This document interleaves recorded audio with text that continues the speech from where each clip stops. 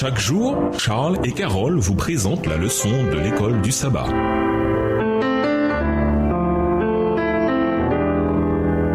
Bienvenue dans votre émission Dieu nous parle. Voilà la leçon de vendredi. Pour aller plus loin, nous vous invitons à lire dans le livre Patriarches et Prophètes, le chapitre La rencontre de l'époux, aux pages 357 à 369, ainsi que dans le livre La tragédie des siècles, le chapitre Le temps de détresse. Tous ces livres ont été écrits par Ellen G. White. La formation du caractère est l'œuvre la plus importante qui n'ait jamais été confiée aux hommes. Jamais il n'a été aussi essentiel qu'aujourd'hui de s'y consacrer avec soin. Jamais aucune des générations passées n'a été appelée à affronter des problèmes aussi considérables. Texte tiré du livre Éducation, au chapitre 25 à la page 198, livre écrit par Ellen G. White. Dans la parabole, les vierges folles nous sont montrées demandant de l'huile et n'en recevant pas. Elles représentent les personnes qui n'ont pas développé un caractère capable de résister en temps de crise. C'est comme si elles allaient vers leurs voisins en disant « Donnez-moi votre caractère ou je suis perdu ». Celles qui étaient sages ne pouvaient verser de leur huile dans les lampes vacillantes des vierges folles. Le caractère ne se transmet pas. Il ne peut être ni acheté ni vendu. Il doit être acquis. Le Seigneur donne à chacun l'occasion d'obtenir un caractère droit dans les heures d'épreuve.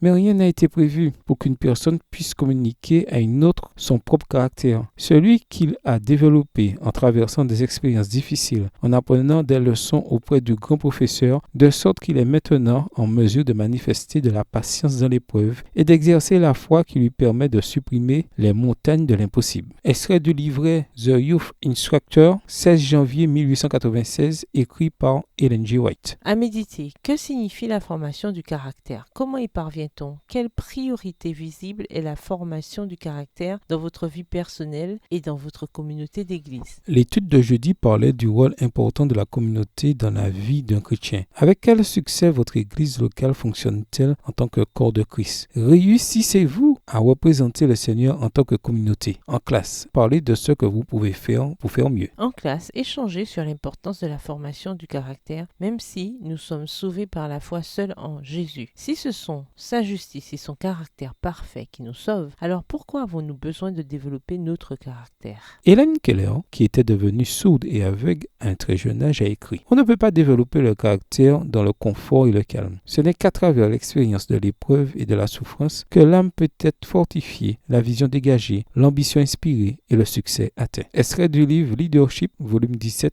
numéro 4, écrit par Helen Keller. Êtes-vous d'accord? Discutez des liens entre le caractère, la souffrance et le grand conflit. Au revoir. Et à demain si Dieu veut. Dieu nous parle. Chaque jour, Charles et Carole vous présentent la leçon de l'école du sabbat.